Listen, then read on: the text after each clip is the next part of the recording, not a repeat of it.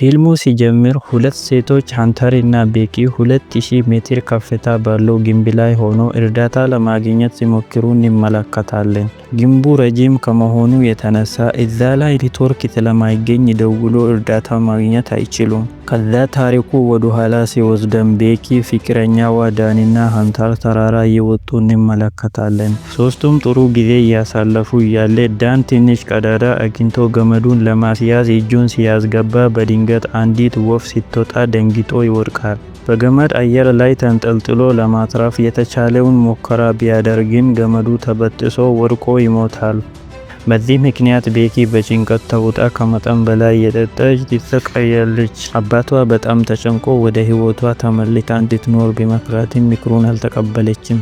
አንድ ቀን ጭንቀት ከልክ በላይ ሆኖባት ራሷን እንድታጠፋ መድኃኒት እያዘጋጀች ጓደኛዋ ሃንተር ከረጅም ጊዜ በኋላ ትደውልላታለች። ሃንተር ወደ ቤቷ መጥታ ረጅሙን የቴሌቪዥን ግንብ አብሯት እንድትወጣ ትጋብዛታለች። ቤኪ የመጀመሪያ ህመም ስላለቀቃት ይሄንን የማድረግ ፍላጎት የላትም። ነገር ግን በንጋታው ሀሳቧን ቀይራ ለፍቅረኛዋ ዳን ለመውጣት ተስማማለች። ወደ ግንቡ እየሄዱ ያለ ቤኪ የሃንተርን ፎቶ እያየች ከሷ ጋር የነበረው ወንድ ማን እንደሆነ ትጠይቀዋለች። መልስ ከመስጠቷ በፊት ከአባቷ ስልክ ሲደወልላት ስልኩን ትዘጋዋለች። ከረጅም ጉዞ በኋላ አንድ ሆቴል አግኝቶ ያርፋሉ። አብሮ እራት እየበሉ ሃንተር አዳዲስ ቦታዎችን ሄዳ ብሎግ እንደምትሰራ ነገረቻት። ከዛ ግንቡ የት እንደሚገኝ አስተናጋጇን ሲጠይቁ አሳየቻቸው። ቤኪ የስልኳ ባትሪ ሲያልቅ ሃንተር አምፖሉን ነቅላ ከዛ ቻርጅ እንዲያደርግ ዘዴ ፈጠረችው። በሚቀጥለው ቀን መኪናቸው ውስጥ ገብቶ እየተጓዙ ሃንተር ስለ ረጅሙን ግንብ ቪሎግ እየሰራች መኪናቸው ከጭነት መኪና ጋር ሊጋጭ በትንሽ ተረፉ። ጉዟቸውን ቀጠሉና ግንቡ አካባቢ ሲደርሱ በሩ በሰንሰለት ተቆልፈዋል። መኪናቸውን ጥሎ በረሃ ውስጥ መጓዝ ሲጀምሩ አሞራዎች የሞተ እንስሳ ሲበሉ አገኙት። ሃንተር እንስሳውን ፎቶ አንስታ ሶሻል ሚዲያ ላይ ለጥፋ በጥቂት ጊዜ ውስጥ ብዙ ላይክ ያገኛል።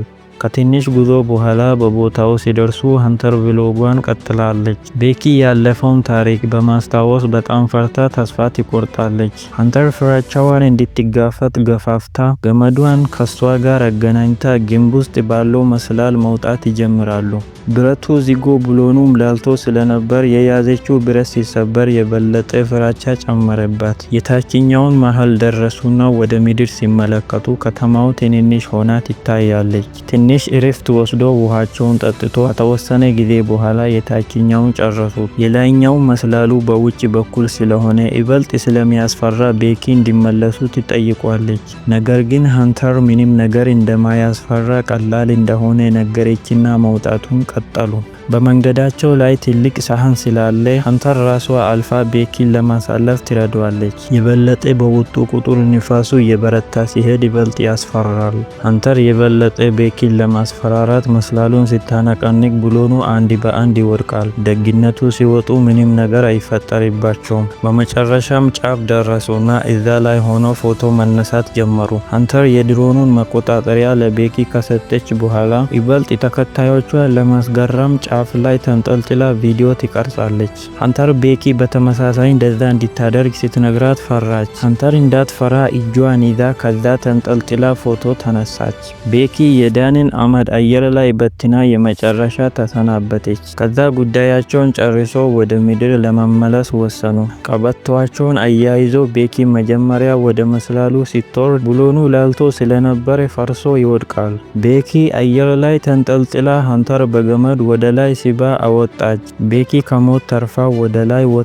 እንደ እብድ የተሳሳቁ ነገር ግን መስላሉ ሙሉ በሙሉ መውደቁን ሲመለከቱ ሳቃቸው ወደ ለቅሶ ይቀየራል። ስልካቸውን ሲመለከቱ ኔትወርክ የለውም። ውሃና ቁሳቁስ ነገር የያዘው ቦርሳቸው ታች ባለው ሳህን ላይ ወድቋል። ከብረት ውስጥ ሮኬትና የሩቅ መመልከቻ መነጽር አግኝቶ አካባቢውን ሲመለከቱ ማንም አይታይም። ቤኪ በድንጋጤ ተስፋ ቆርጣ በረሃብና ጥማት እዚህ መሞታ መብታችን ነው ትላለች። ሀንተር የመስላሉ አወዳደቅ ድምፅ በሆነ ሰው መሰማቱ ስለማይቀር ሰዎች መጥቶ እስኪረዱን በትዕግስት መጠበቅ አለብን ትላለች። ሀንተር ቤኪ ያላስተዋለችውን እግሯን ስትመለከት በቀደም ስትወድቅ ያጋጠማት ትልቅ ቁስል ታያለች። ሀንተር በፍጥነት ሻሙዟን አውልቃ አሰረችላት። ሁለቱ ተቀምጦ ቤኪ በስልኳ እየቀረጸች ቪሎግ ለምን እንደምትሰራ ትጠይቋለች። ሀንተር በዳን ምክንያት እንደሆነ ስትነግራት ቤኪ በንግግሯ ጥርጣሬ ውስጥ ገባች። ሀንተር ስልኳን ስትመለከት ቅድም የለጠፈችው ምስል ትዝ ብሏት ከዛ ዝቅ ብሎ ኔትወርክ እንደሚገኝ ትገነዘባለች። ስለዚህ ሀንተር የእርዳታ ቴክስት አዘጋጀችና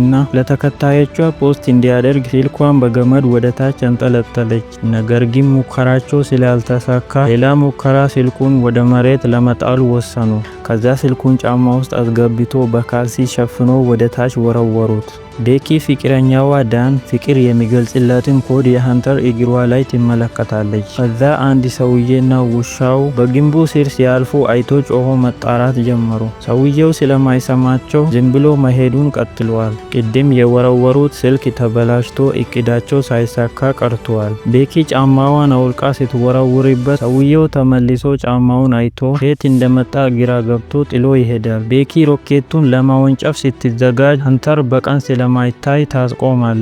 መኪናውን በአቅራቢያው ተመልክቶ በቀላሉ እንዲታይ ሮኬቱን በማታ ለማወንጨፍ ወሰኑ። ከዛ በማታ ሮኬቱን ሲለቁ ሰዎቹ አዩና ስልካቸውን እያወለበለቡ ተጣሩ። ነገር ግን ሰዎቹ እርዳታ እየፈለጉ እንደሆነ ተረድቶ እነሱን ከመርዳት ይልቅ መኪናቸውን ሰርቆ ይሄዳሉ።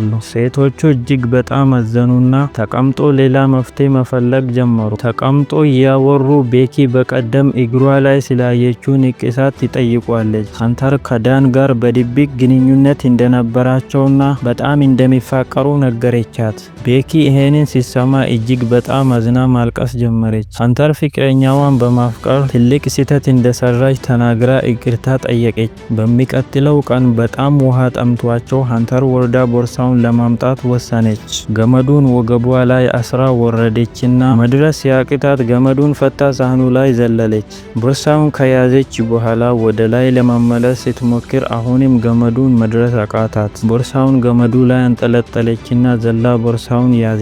ቤኪ ገመዱን ወደ ላይ የሳበች ለመውጣት ስትቃረብ በድንገት ተንሸራታ ወደቀች። ቤኪ ደንግጣ ቀስ ብላ ስትመለከት ቦርሳውን ይዛ ተንጠልጥላ ቀራት። ሙሉ አቅሟን ተጠቅማ ወደ ላይ ስባ አወጣች። ከዛ በኋላ ወረቀት አዘጋጅቶ የእርዳታ ደብዳቤ ጽፎ ድሮኑ ላይ ለጠፉት። ከዛ ድሮኑን መጀመሪያ ወደ አደሩበት ሆቴል እየላኩ ብዙም ሳይጓዝ ባትሪ ጨርሶ ሳይወድቅ መለሱት። የዛን ቀን ሌሊት ቤኪ ተኝታ በህልሟ አሞራዎች የሀንተርን አካል ሲበሉ ትመለከታለች። ደንግጣ ስትነቃ ሀንተር አጠገቧ ተቀምጣ መጥፎ ህልም እንዳየች ትነግራታለች። በንጋታው ቤኪ መጀመሪያ ላይ ሀንተር የስልኳ ባትሪ ሲያልቅ ቻርጅ ያደረገችበትን ዘዴ ታስታውሳለች። ከዛ ግንቡ ጫፍ ላይ ወጥታ አምፖሉን ነቅላ ድሮኑን ቻርጅ ማድረግ ትጀምራለች። አሞራዎች ሊያጠቋት ሲሞክሩ ራሷን የተከላከለች ድጋሚ ቦርሳውን ትጥለዋለች። እንደምንም ብላ ቻርጅ አድርጋ ወደ ሆቴሉ እየላከች እዛ እንደደረሰ ከመኪና ጋር ተጋጭቶ ይበላሻል። ከዛ ቤኪ ስልኳን ድጋሚ ወደ መሬት ለመላክ የሀንተርን ጫማ የቀረውን የአንድ እግር ትጠይቃታለች። ሀንተር ጫማው እግሯ ላይ እታች ባለው ሳህን ላይ እንዳለ ነገረቻት። ሀንተር መጀመሪያ ስትወድቅ አልተረፈችም። እታች ባለው ሳህን ላይ ወድቃ ሞታለች። ቤኪ ቦርሳውን ብቻ ነበር ወደ ላይ ሲባ ያወጣቸው። ይሄን ሁሉ ጊዜ መቀበል አቅቷት አብሯ እንዳለች አድርጋ ስታስመስል ነበር። ከዛ በኋላ በጣም ሪቦዋት ደክማ ስትቀመጥ አሞራው መጥቶ የቆሰለው እግሯ መብላት ይጀምራል። አሞራውን አንገቱን ይዛ ከብረት ጋር አጋጭታ ከገደለች በኋላ ትበላለች። ጉልበቷ ትንሽ ከተመለሰላት በኋላ የሀንተር አካል ወደሚገኝበት ታች ትወርዳለች። ከዛ በኋላ መልእክት አዘጋጅታ ስልኳን አካሏ ውስጥ አስገብታ ወደ ታች ወረወረች። አባቷ መልእክቱ ሲደርሰው ፖሊሶቹን ይዞ ወደ ቦታው ይመጣል። የሀንተርን አስክሬን አይቶ ልጁ መስሎ ደንግጦ ሲቆም ቤኪ ሮጣ መታ ተቃቅፎ እያለቀሱ ወደ ቤታቸው ተመለሱ።